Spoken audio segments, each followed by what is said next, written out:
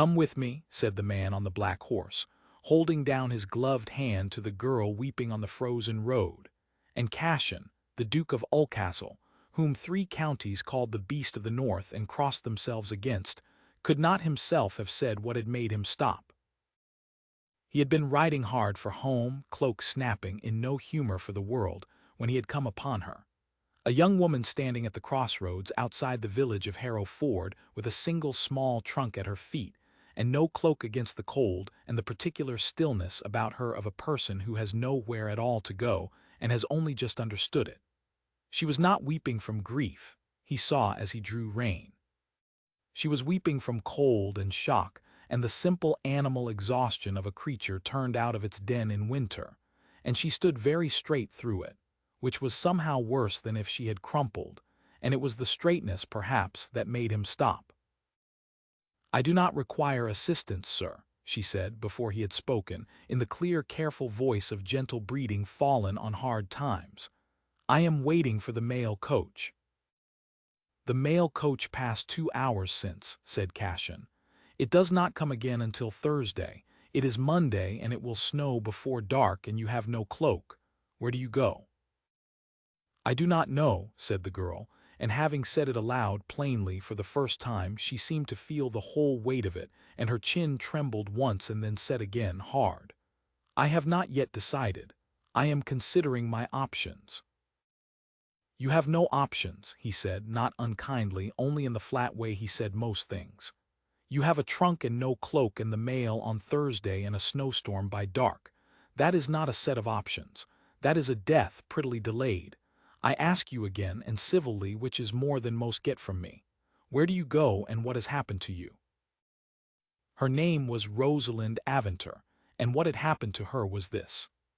3 days before, in the comfortable drawing-room of a comfortable house not 4 miles distant, her father, a gentleman of respectable acres and a horror of scandal, had informed her that she was to marry Mr. Silas Grope, a man of 60 with a wet mouth and a wandering eye and £11,000 a year, who had buried 2 young wives already under circumstances the county did not inquire into too closely, and who had taken a fancy to Rosalind across a dinner table in the manner of a man appraising a horse he means to work hard, and Rosalind, who was 22 and had a spine, had said no.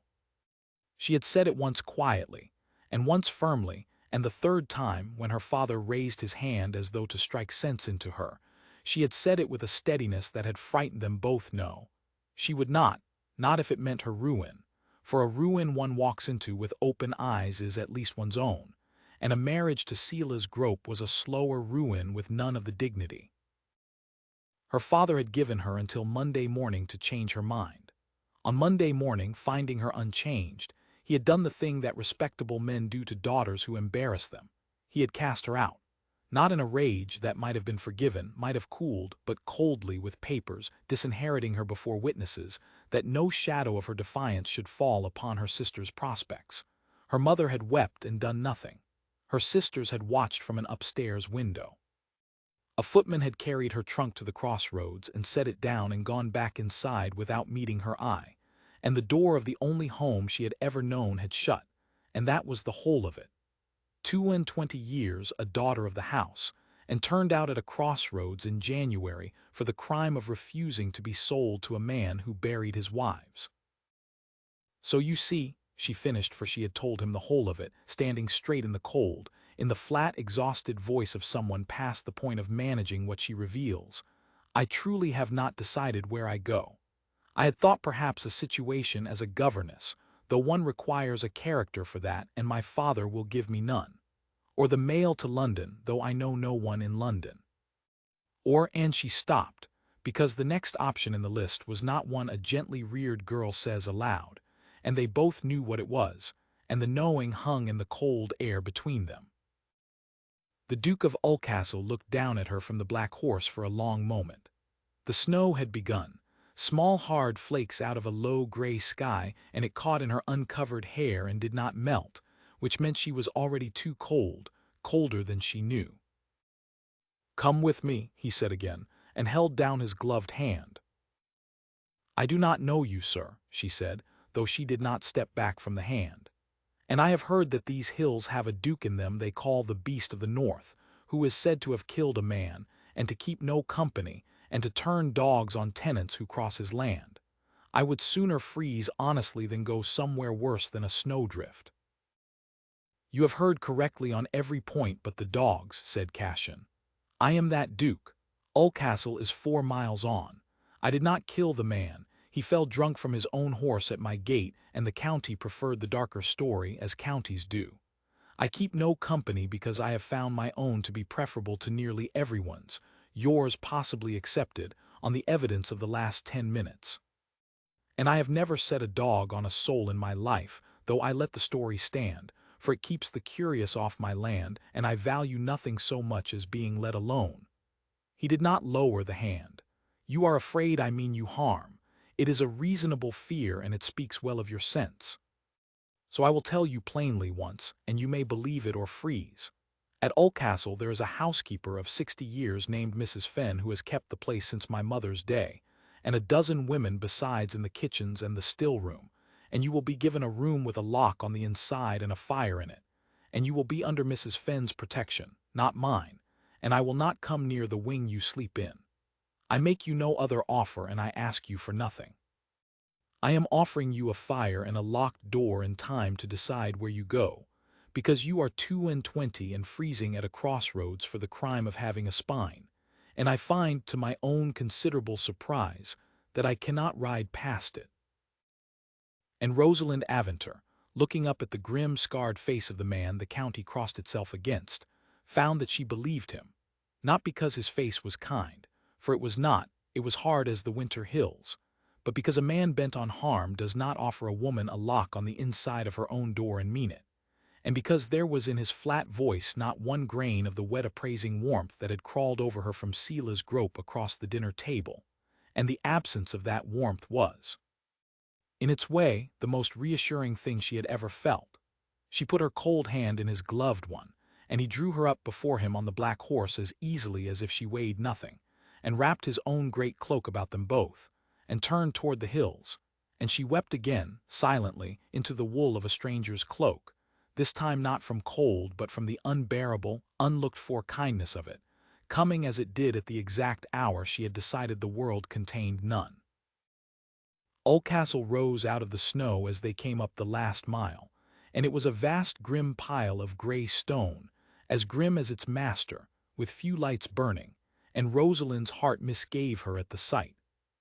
But the door opened before they reached it, and there was Mrs. Fenn with a lamp, a small square woman with a face like a walnut and eyes that missed nothing, and she took one look at the girl half frozen in the Duke's cloak and one look at the Duke, and she said, "Well, and what's this, then?" in the tone of a woman who has served a family 40 years and is owed a certain plainness, and Cassian said, "A guest, Mrs. Fenn, turned out by her people for refusing a bad marriage. She is cold and she is frightened and she is under your protection, not mine, and you will give her the blue room and a fire and see her fed and let no one trouble her, myself included." Mrs. Fenn's walnut face did something complicated. She had served the boy Cassian had been before the world hardened him, and she had watched the hardening and she had grieved it, and she heard in this flat instruction something she had not heard from him in a very long time. But all she said was, "The blue room. I. Come along, my dear, you're blue as the room already. We'll soon mend that." And she swept Rosalind off into the warmth of the great house, and Cassian stood a moment in the falling snow in the empty hall and did not go up after them, exactly as he had promised, though he stood there rather longer than a man goes who does not care. That first night, alone in the blue room with the fire high and the bolt drawn on the inside as he had promised, Rosalind Aventer did not sleep for a long while. She sat wrapped in a borrowed shawl of good soft wool, and listened to the great house settle and creak around her, and tried to make sense of the day that had begun at a crossroads with a death prettily delayed, and had ended in a warm, locked room in the house of the Beast of the North. She had spent 22 years being told what she was worth, and the sum had always been small, and had shrunk to nothing at all the morning her father set her trunk in the snow. And now a stranger with a scarred face and a flat voice had picked her up off the frozen road and asked her nothing, and demanded nothing, and given her a lock on her own door. And she found she did not know what to do with a kindness that came with no price attached, having never in her life been shown one. She half expected even now to hear a step in the corridor, a hand at the latch, the price come due at last. No step came.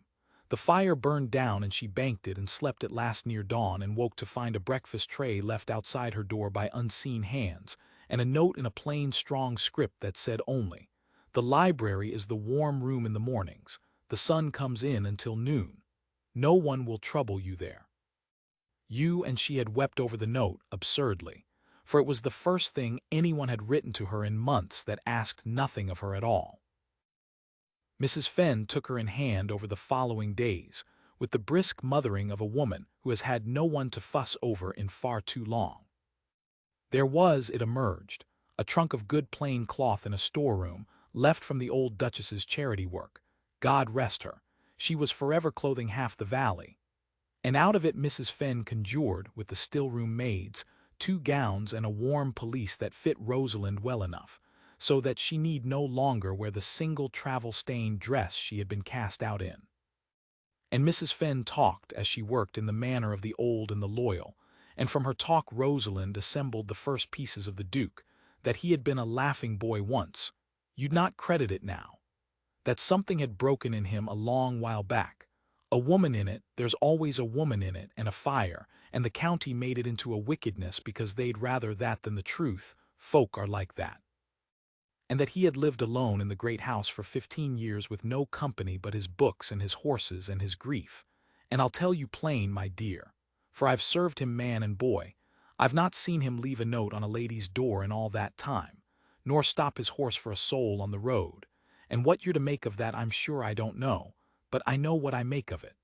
And she had pressed her walnut lips together and said no more, but had looked at Rosalind with her missing-nothing eyes in a way that made the girl blush and turn to the folding of a gown.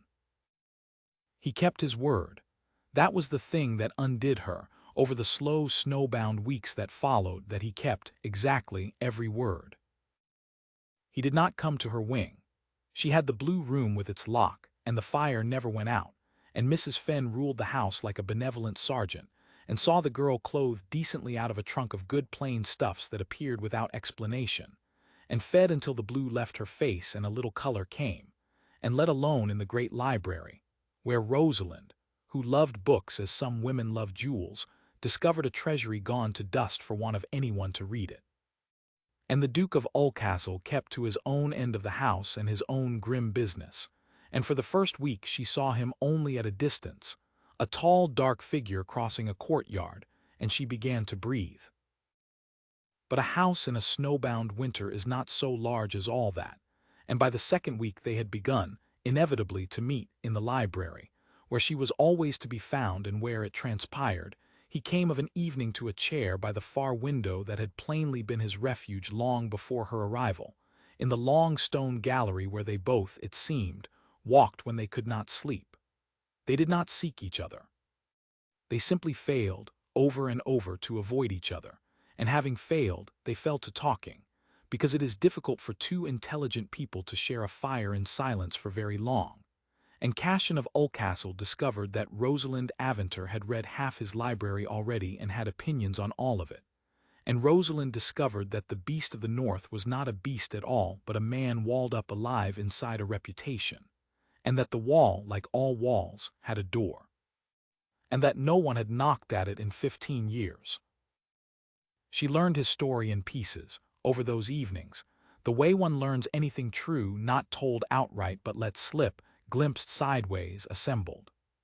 She learned that he had loved once, a girl of the county, when he was young and his face not yet scarred nor his heart yet hard, and that the girl's family had reckoned him well enough but had reckoned better of a marquis, and had married her elsewhere with the same cold efficiency Rosalind's own family had shown, and that the day of that other wedding a fire had broken out in the east wing of Ulcastle, and Cashin, half mad with a grief he could tell no one, had gone in after his mother's aged maid who was trapped there, and had brought her out alive, and had brought out with himself the long scar down the left of his face, and jaw that the county, unwilling to credit a beast with heroism, had woven into a darker tale of violence and vice.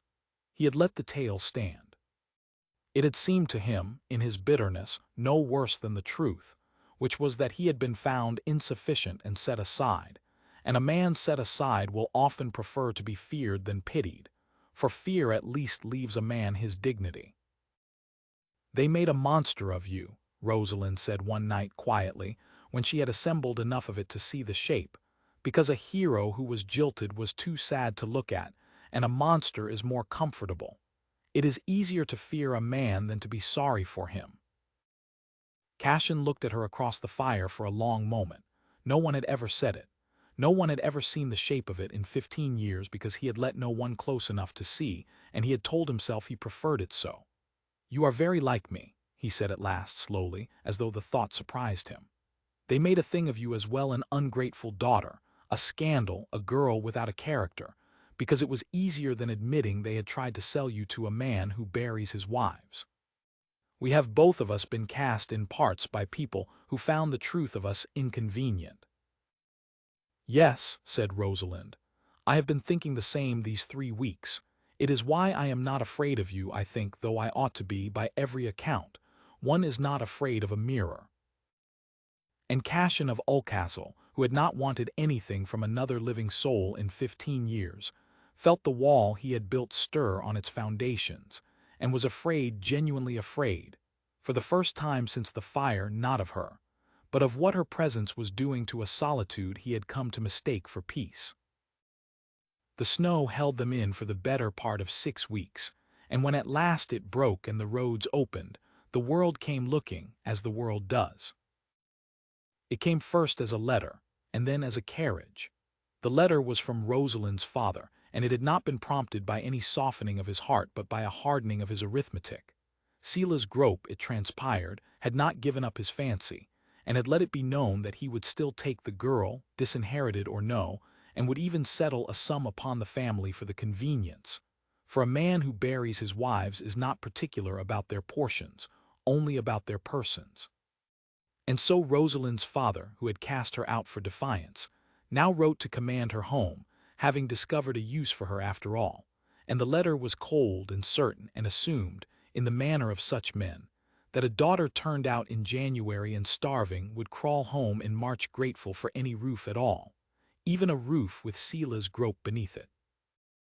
The carriage that followed the letter was Grope's own, and Grope was in it, arrived at the gates of Ulcastle with 2 men, and the confident air of a purchaser come to collect his goods, having traced the girl, for the county gossiped, and a duke sheltering a disgraced beauty was gossip of the finest sort, and having decided that the beast of the north was a fellow one dealt with man to man, over a fee.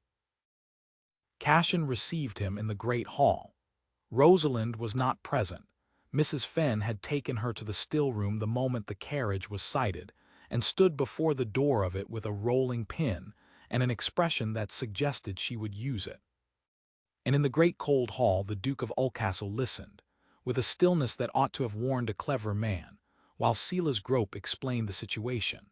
That the girl was his by arrangement with her father, that the Duke's harboring of her was becoming a scandal that touched them both, that he, Grope, was prepared to be generous and to overlook the irregularity, and to take her off the Duke's hands that very afternoon with a sum for the trouble and no hard feelings between gentlemen. "She is 22, said Cashin when he had finished, "and she said no to you.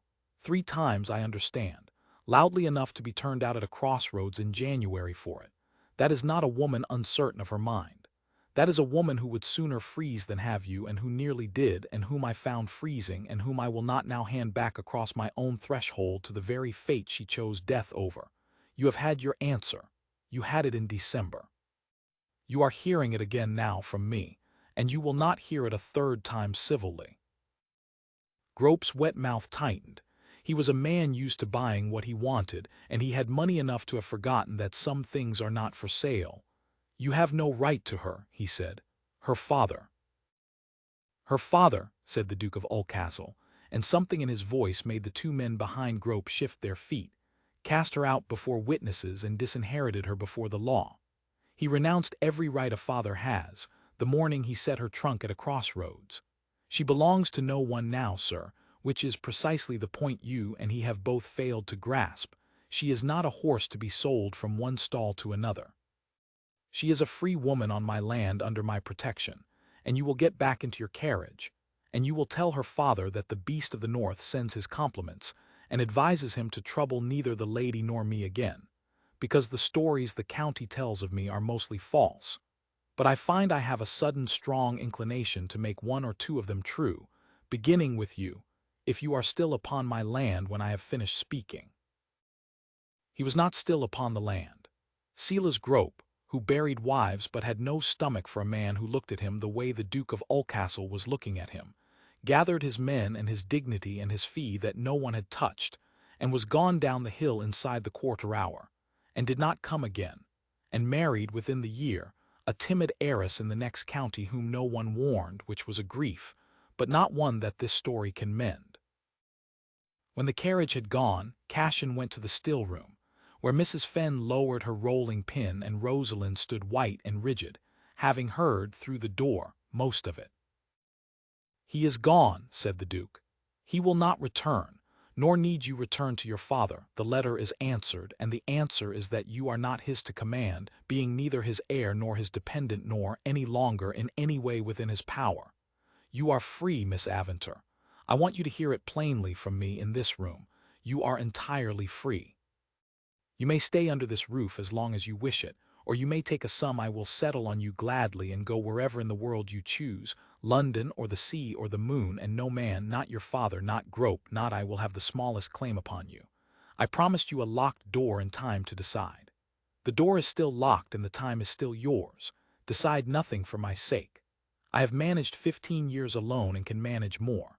Only decide it free." She did not answer at once. She took the time he offered because he had offered it truly, and because she had learned in 3 months at Ulcastle that a decision made in gratitude is only another kind of cage, and she would not go from her father's cage to Silas Grope's to a third, however kind, without being certain the door of it was one she chose and not one she fled into.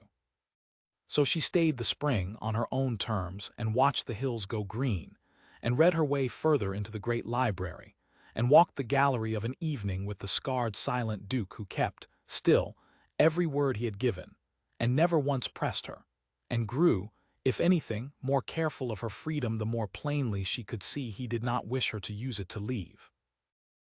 It was that his care of a freedom that cost him that decided her in the end, for she saw that he loved her. She had seen it for weeks, in the set of his shoulders when she entered a room and in the flat voice that went a shade less flat when he spoke her name.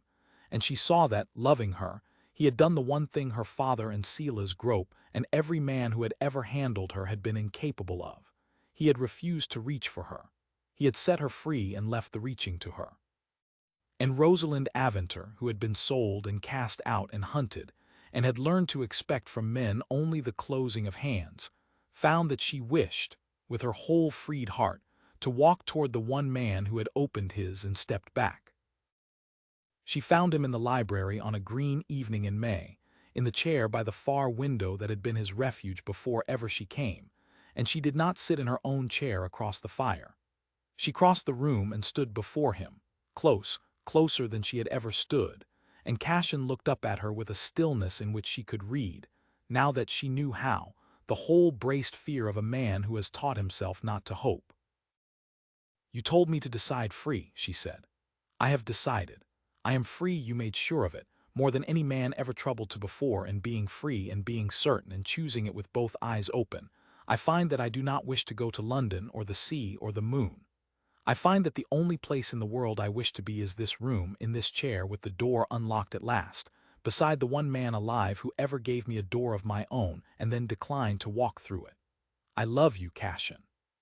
Freely, that is the whole of my decision, and I made it 3 weeks ago, and have only been waiting to be sure it was mine and not my gratitude's, and now I am sure. It is mine." The Duke of Ulcastle, whom 3 counties crossed themselves against, who had not been chosen by a living soul in 15 years, and had built a whole grim life on the certainty that he never would be again, sat very still for a moment longer, as a man does at the edge of a thing too large to take in at a run. And then he rose slowly and lifted his scarred hand, the hand that had pulled his mother's maid from the fire, the hand he had held down to a freezing girl at a crossroads, and touched with great gentleness the side of her face. "I stopped for you on that road," he said low, "and I could not have told you why, and I have known why for 2 months and could not say it, for I had no right to say it to a woman I had promised to leave free. But you are here and you have chosen, and so I may say it. I love you, Rosalind. I have been a walled-up man for 15 years, and you knocked, and you are the only one who ever did, and if you will have me scar and reputation and grim great house and all, I will spend the rest of my life being the door that stays open. No lock, not against you, never again against you." They were married at Ulcastle in June, in the small stone chapel, with Mrs. Fenn weeping frankly in the front pew and the whole household, who had watched their grim master come back to life by degrees over one snowbound winter, and loved the girl for the doing of it, crowded joyful behind. Rosalind's father, learning of it, wrote a letter suddenly warm with paternal feeling and hopes of reconciliation, having discovered that a daughter he had disinherited for a scandal had become a duchess after all. And the Duchess of Ulcastle read it by her own fire, and considered it, and answered it with a courtesy as cool and complete as the winter road he had once left her standing on. For she had learned from her husband that the deepest answer one can give the people who cast one out is not revenge, but the plain, unbotherable fact of one's own happiness, arrived at entirely without them. And the county, which had called him the beast of the north for 15 years, found it could not go on doing so, for a beast does not marry for love a portionless girl the world had thrown away, and does not laugh, as the Duke of Ulcastle was now sometimes heard to laugh, low and rusty and disbelieving, at things his duchess said across the library fire. The stories died for want of feeding. And in the great grim house that had stood so long with few lights burning, the lights burned late now in the library every evening, 2 chairs drawn close to one fire, 2 people who had each been cast in a cruel part by people who found their truth inconvenient, and who had found in each other, at a crossroads in the snow, the one thing neither had dared any longer to expect, someone who saw the truth, and held out a hand and said, "Come with me," and meant it to the end.